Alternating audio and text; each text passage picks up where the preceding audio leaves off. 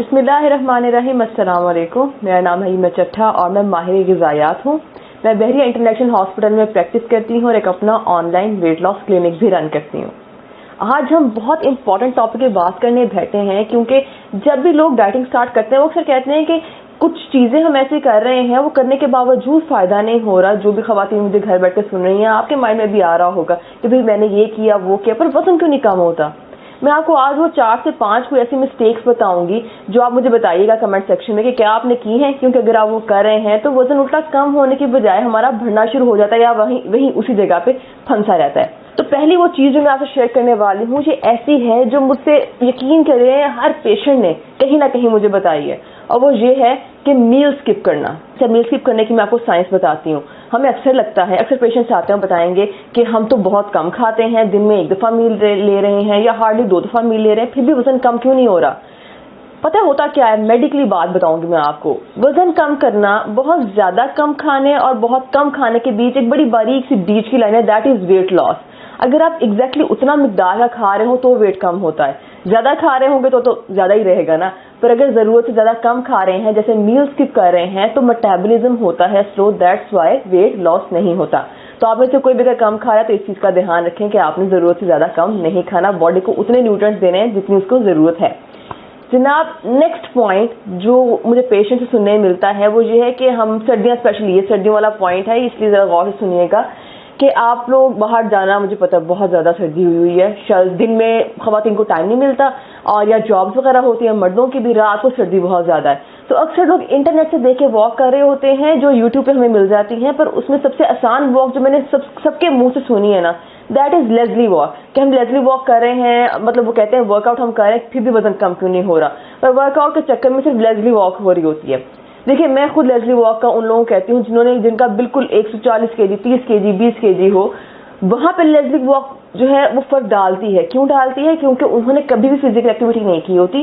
Just lazily walk करने से, simple एक जगह पे खड़े होकर चलें, जिनको नहीं पता लेज़ली वॉक क्या है, वो ये होती है आप एक जगह पे खड़े होते हैं और you act like you are walking, पर एक ही जगह पे खड़े होकर बस आप चल रहे होते हैं, एक ही स्पॉट पे खड़े होकर आप इधर खड़े हैं बस चल रहे हैं, ठीक है। ये उनके लिए होती है जिनका वजन बहुत ज़्यादा है या जिन्होंने कभी भी फिजिकल एक्टिविटी नहीं की। जिन लोगों का एक एक्टिव लाइफस्टाइल है, आपको उससे बढ़कर वर्कआउट चाहिए।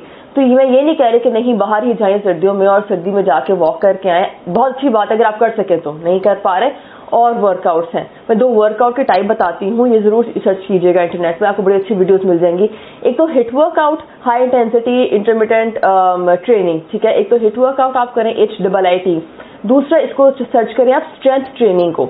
ये 2 workouts are proven to make you lose weight. अगर आप इनके अलावा कुछ करें तो ना करें, वो ज़रा फ़ायदा नहीं होगा उसका, ठीक है।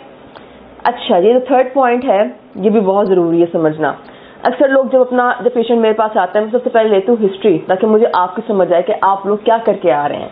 तो जब मैं हिस्ट्री लेती हूँ तो बहुत से लोग बताते हैं कि हमने रोटी बिल्कुल छोड़ दी है, उसको रिप्लेस कर दिया है ब्रेड से, ब्राउन ब्रेड से रिप्लेस किया है, या मल्टीग्रेन ब्रेड XYZ। अक्सर लोग बताते हैं कि ब्राउन ब्रेड के 2 से 3 स्लाइस ले रही हूँ मैं ब्रेकफास्ट में।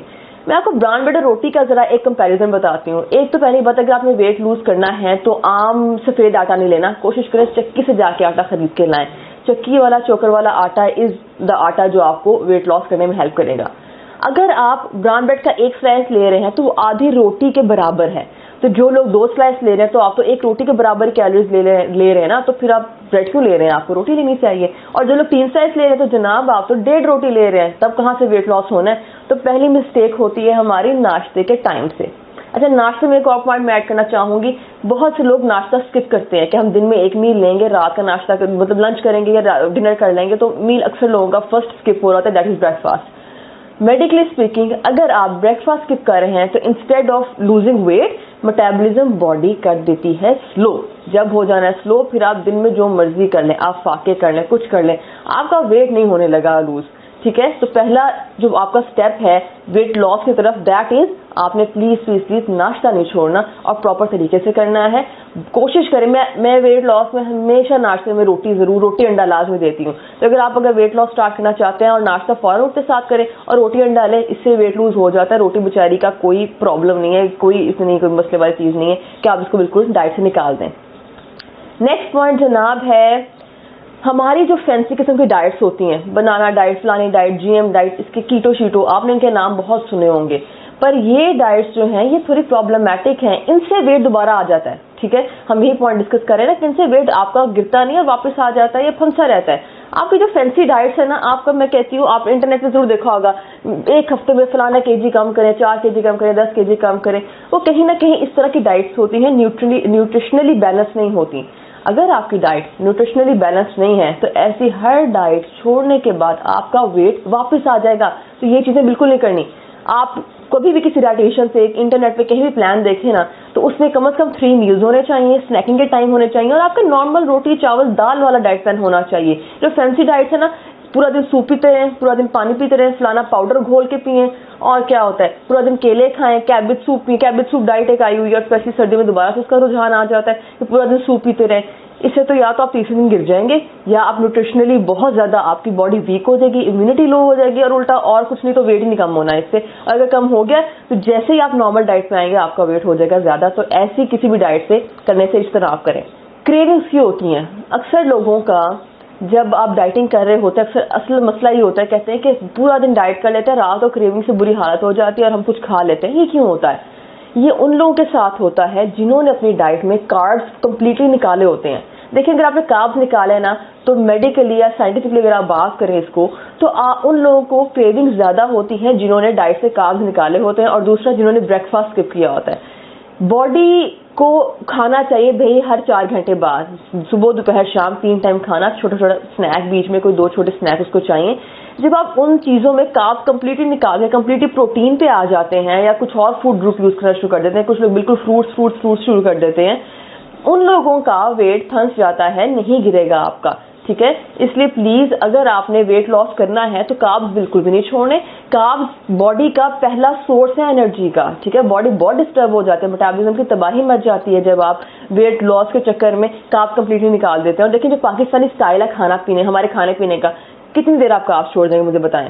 शादियां आती हैं, मसले मसाइल चीजें, चाय के साथ भी हमारे बिस्किट सर्व हो रहे होते हैं, आप कार्ब्स से नहीं जान छुड़ा सकते।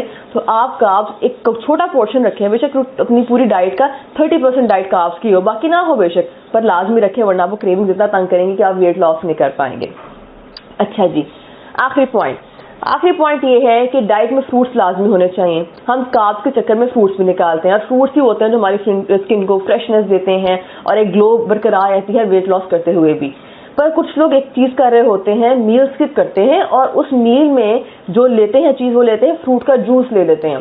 देखिए, आपने मील स्किप कर दिया ये सोचकर कि कैलोरीज कम लूंगी क्योंकि जूस पी रही हूँ, एक गिलास जूस तो पी रही हूँ ना, मैं कौन सा कोई ज्यादा लंबा मील खा रही हूँ, रोटी चावल तो ना खा रही। पर when it comes to fruit, dieting के दौरान बात याद रखें कि आपने फ्रूट खाना है, पीना नहीं है, ठीक है।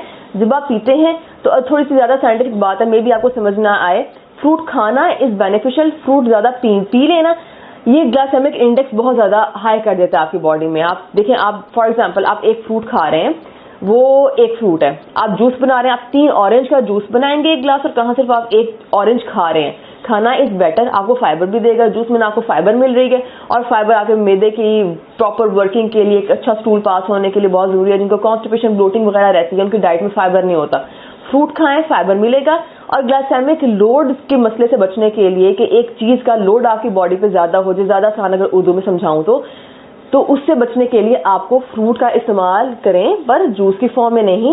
आपने फल खाना है, कोई एक टाइम अपना मुख्तस कर लें कि मैंने इस टाइम पे मैंने फ्रूट खाया करना है, जो प्रेफरेबली कोशिश करें मॉर्निंग में मैं देती होती हूँ अपने पेशेंट्स को, ठीक है।